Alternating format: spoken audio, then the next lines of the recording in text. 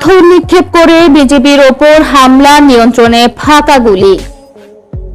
পাথর নিক্ষেপ করে সিলেটের কোম্পানিগঞ্জ সীমান্তে বর্ডার গার্ড বাংলাদেশ সদস্যের ওপর হামলার ঘটনা ঘটেছে। মাদক কারবারিরা এই হামলা চালায়। পরিস্থিতি নিয়ন্ত্রণে আনতে ফাঁকা গুলি ছুড়ে বিজিবি সদস্যরা। ভোরে উপজেলার উপর রনিখাই ইউনিয়নে ঘটনাটি ঘটে।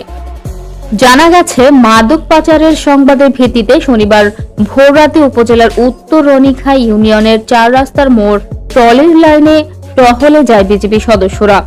ভোরে মাদক বহনকারী বেপরোয়া গতির একটি মোটরসাইকেলকে ধাওয়া করে বিজিবি সদস্যরা।